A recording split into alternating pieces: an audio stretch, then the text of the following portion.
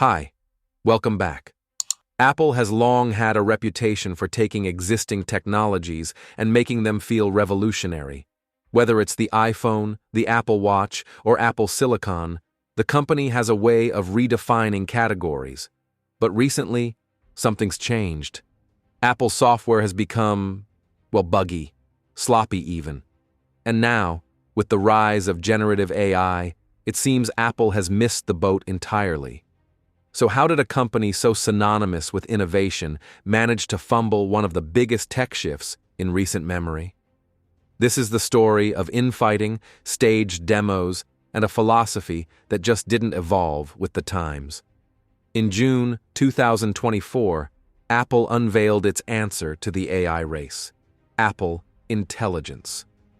The presentation was sleek.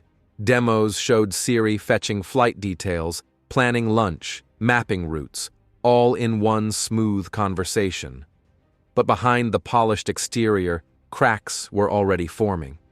Reports later revealed those demos were staged, not simulated, completely fake.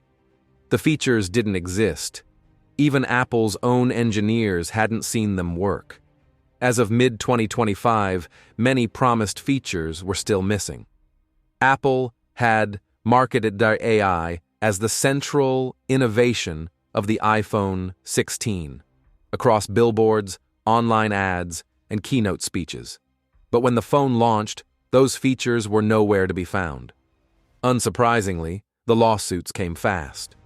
Class actions accused Apple of false advertising, claiming consumers were misled by vaporware.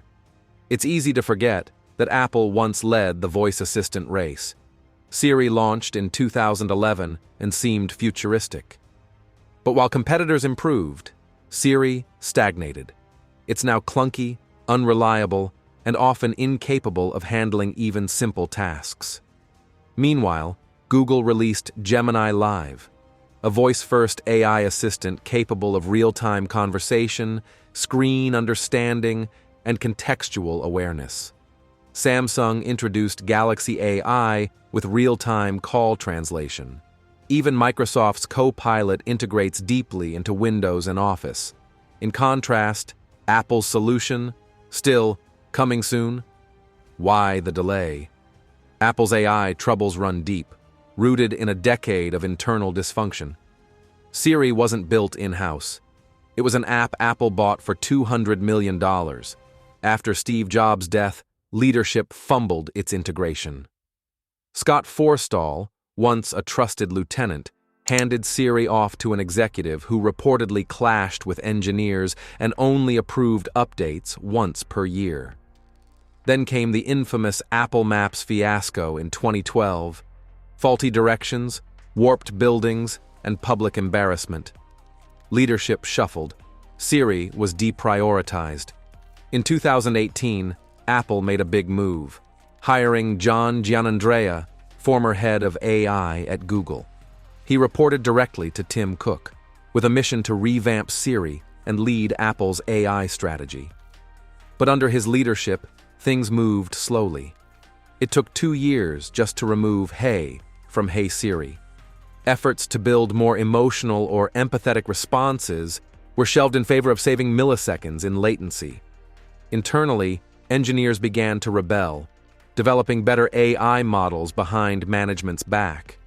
Craig Federighi, Apple's head of software, lost faith in Giannandrea's team and created a separate AI division. Suddenly, Apple had 2 rival AI teams, fighting for resources, control, and even PR ownership. Engineers nicknamed Giannandrea's group Aimless. While Apple argued internally, the world changed. In late 2022, ChatGPT exploded. Generative AI was here. The industry shifted overnight. But Apple dismissed it. Giannandrea downplayed large language models, calling them overhyped. Instead, Apple clung to outdated internal tools and aging hardware. Their AI team didn't even receive the full budget promised in 2023. They were forced to borrow compute from rivals like Google and Amazon. By the time Apple realized generative AI was the future, it was already lagging far behind. In March 2025, Bloomberg reported that Tim Cook had lost confidence in John Giannandrea.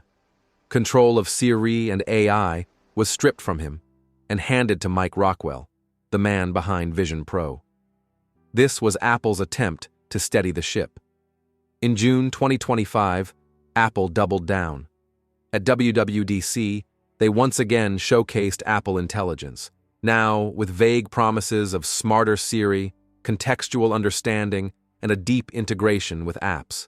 But still, no firm release date. Skepticism remained. At the same event, Apple unveiled a massive software redesign across all platforms: iOS, macOS, iPadOS, and more, introducing a glassy, translucent aesthetic inspired by Vision OS.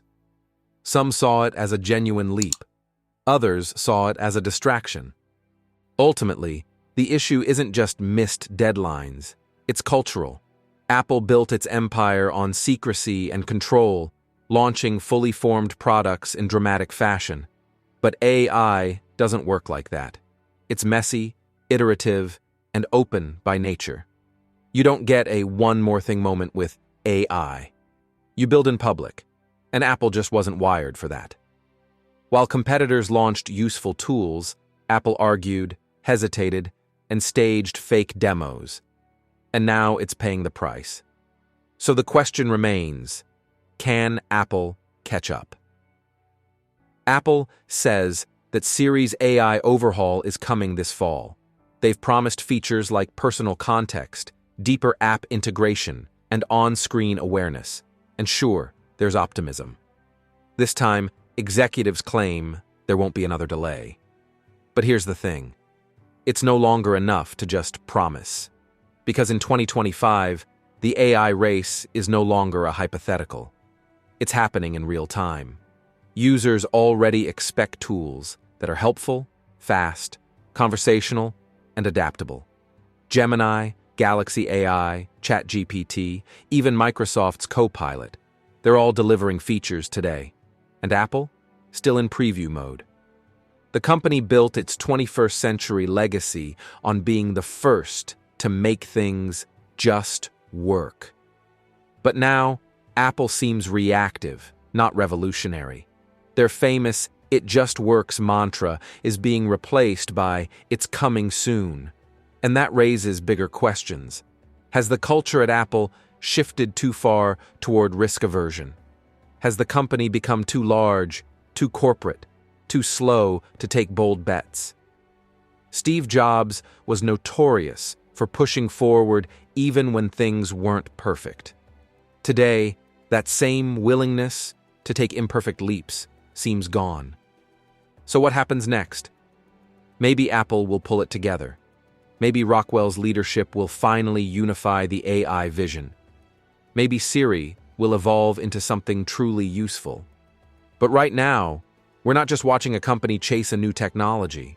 We're watching it wrestle with its own identity. Is Apple still the company that redefines the future? Or is it just another tech giant trying not to fall behind? Let us know what you think in the comments. Thanks for watching. Until next time, stay curious.